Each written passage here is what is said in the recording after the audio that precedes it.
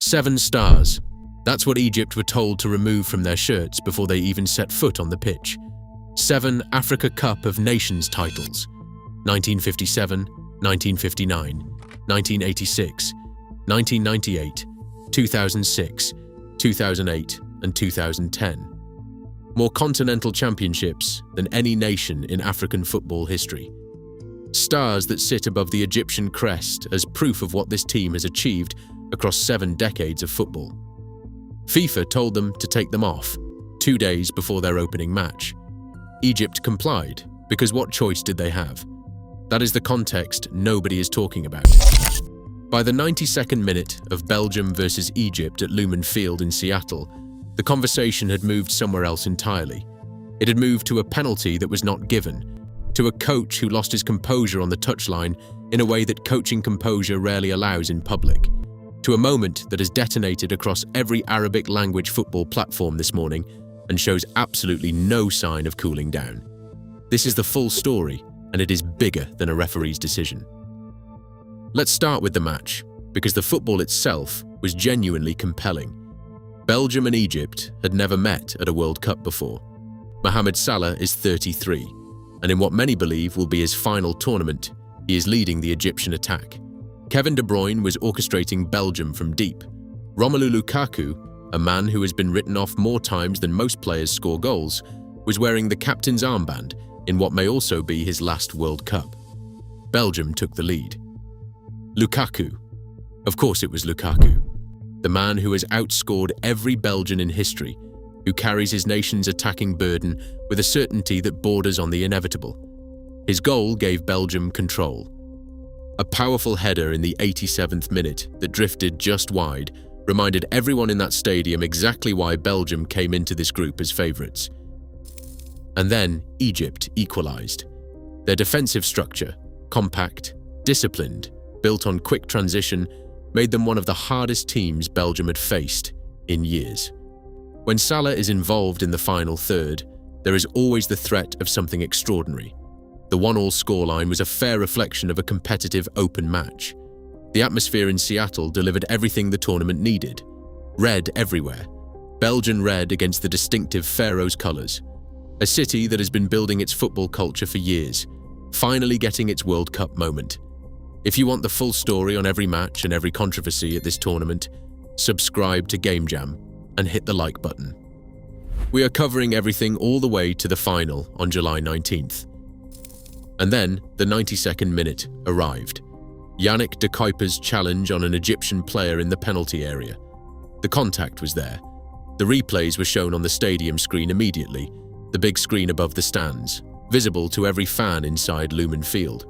And Hosam Hassan, Egypt's head coach, one of the most decorated players in African football history, the man who scored 169 goals in 550 appearances for the Pharaohs during his playing career. He left his technical area completely. He didn't step toward the 4th official with a quiet word. He stood on the touchline pointing at the screen, furious, demanding. His body language broadcast something that coaching composure almost never allows in public. The BIN Sports live commentary confirmed it directly. Hassan completely lost his temper, furiously demanding a penalty while standing right on the touchline and putting massive pressure on the 4th official. The referee maintained his decision. There was no video assistant referee intervention. The match ended 1-1. The controversy has not stopped since. Whether De Cuyper's challenge constituted a foul in the area is the judgment call the referee made in real time. Whether it was the correct call is the question Egyptian fans, analysts and pundits are debating across every platform this morning. What is not in dispute is what the replays showed. What is not in dispute is how Hosam Hassan looked. And what is not in dispute is that Egypt versus Belgium at a World Cup has now produced a refereeing controversy. Again. Because here is where the historical pattern matters. In 2018, at Egypt's first World Cup since 1990, they lost to Russia 3-1. The Egyptian Football Association filed a formal complaint to FIFA, citing an Egyptian player being pushed before turning the ball into his own net for Russia's opening goal, and a penalty claim in the 78th minute that was waved away. The association president specifically said they wanted an investigation into the refereeing team's entire performance. No investigation was announced. No decision was reversed. Egypt went home without a point. In 2026, they have a point rather than 0. Salah is fit and dangerous. The team is organized and competitive, but the penalty Hosam Hassan believes was denied will sit alongside that 2018 complaint in the documented history of Egypt's relationship with World Cup refereeing decisions. Now bring it back to where we started. The 7 stars. FIFA told Egypt to remove the evidence of 7 continental championships from their own shirts 2 days before their opening match. Their chairman used the phrase Egypt's remarkable football heritage in a statement about why he hoped FIFA would reconsider.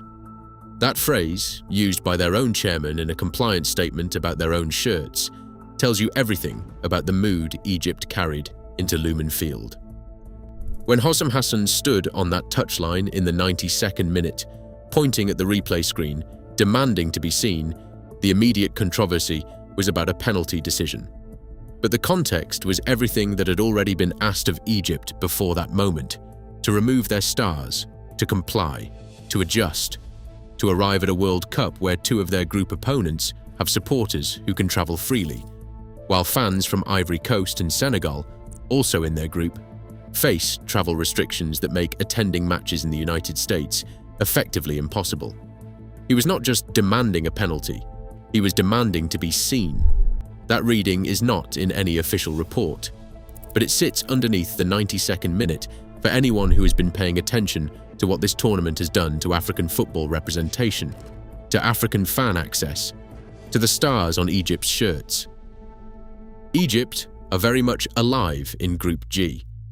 They face Iran next on June 21st at SoFi Stadium in Los Angeles, an opponent whose own participation has been surrounded by controversy and whose fans cannot attend.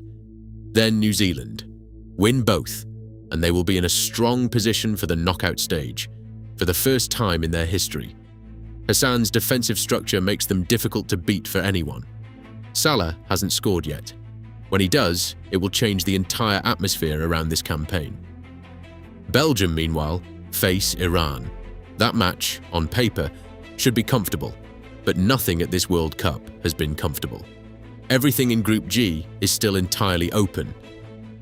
What is not in question is Hosam Hassan's view of the 92nd minute. He was on the touchline. He saw the replay. He made his opinion visible to everyone in that stadium.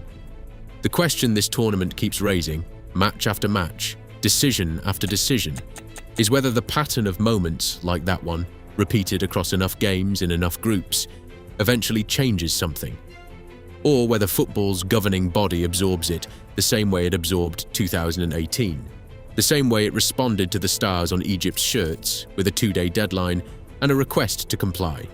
Egypt came here to make history, the knockout stage for the first time, a Salah World Cup goal, a moment that belongs to them. Whether the referee in the 92nd minute was part of the story that helps them get there, or the story that stops them, that question does not have an answer yet.